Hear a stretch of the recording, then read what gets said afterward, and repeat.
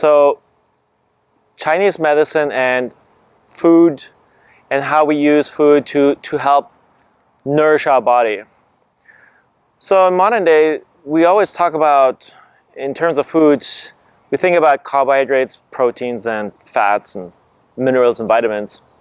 And of course that has its place. We have to get adequate nutrition in that sense. But in terms of Chinese medicine, we think about it on a different level, right? So at the core of Chinese medicine, we have this notion of qi, right? Which is often translated as energy. But it really is better translated as an informational pattern, right? So we are surrounded in our environment, we pick up information, we have internal notions, we have emotions, we have feelings, we have thoughts that all inform us how we function, how we engage with the world and within our lives, right? And so the same thing happens with food, right? When you eat, I don't know, an apple, and you bite into this apple, yes, we get these chemical constituents of whatever it is, but furthermore, it imparts a certain informational pattern, right?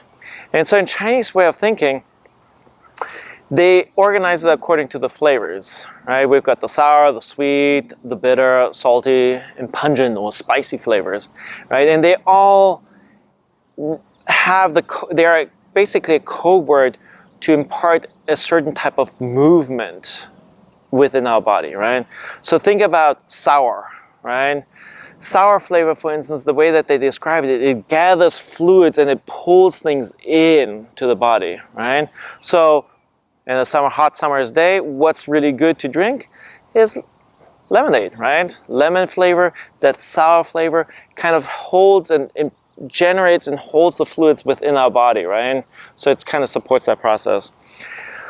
On the flip side, if you think about spicy or something like that, what do you think? People start sweating, right? And it starts having an outward movement in the body, right? So all the flavors essentially move or create a movement within the body, right? In, out, right? Bring things down through the body, right? That's the bitter flavor, brings things down through the body. A salty flavor, they talk about softening things, and so anything that's hard and calcified or something like that, if you use salt, it kind of softens things. And the sweet flavor kind of slows things down and nourishes things, right?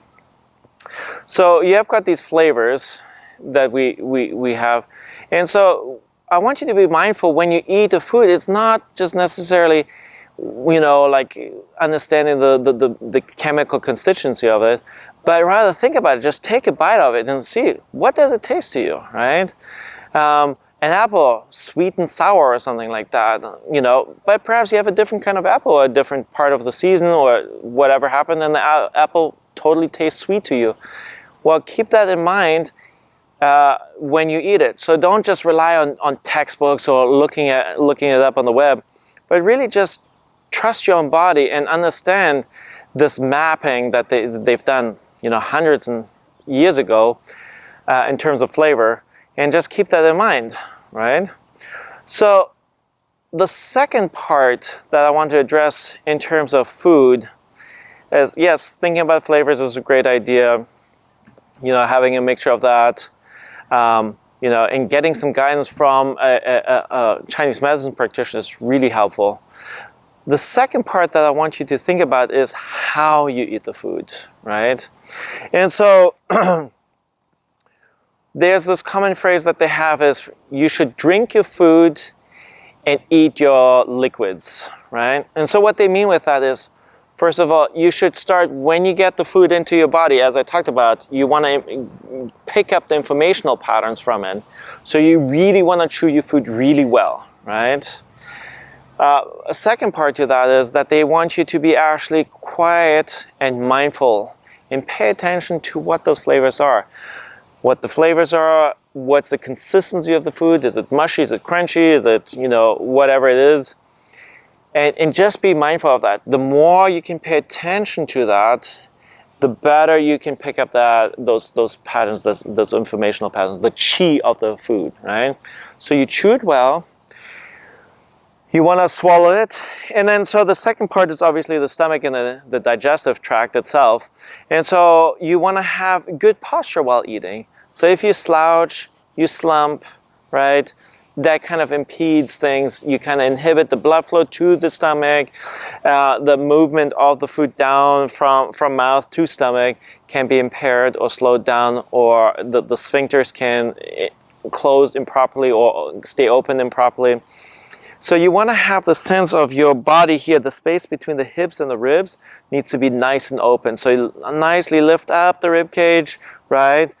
Have a nice lengthening through the top of the head, so everything is nice and open. And you want to just enjoy your foods in a good posture, right?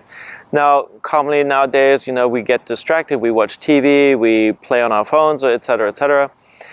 We want to try to avoid that. The better we pay attention and the better we can allow the food to enter into our body, the more helpful it will be to the absorption of the food itself, right?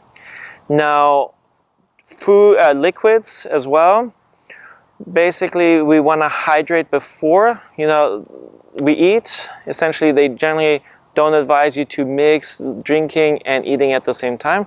You want to pre-moisten, as they say, before, so about 20 minutes before you eat, you can, drink something. And then 15-20 minutes after eating, enjoy a nice cup of warm tea or something like that, or whatever fluids you want to enjoy. That's fine. In terms of eating at large, time schedule, they always advise that you want to eat in the mornings, your largest meal in the morning and at lunchtime, and then have a small meal in the evening. Or, if you need to lose weight, perhaps skip that meal or make it a very small meal, right? So the eating like a king or queen and then, finish the day as a pauper, as they would say, that is a principle that they favor in Chinese medicine. So those are the basic ideas of dietary, thoughts that they have. Be mindful of the flavors. Enjoy the flavors. Don't be one-sided, only sweet. Don't, because that slows things down, nourishes things, so that builds things up. Have some of the other flavors in your diet. Enjoy it. Explore, notice it as you go along, and have a good posture. Enjoy your meals. Be mindful of them. And then have good company, right? Eat with good company, that's always helpful as well. But generally the talking should be done before or after meals and so on. So enjoy, have fun, and bon appetit.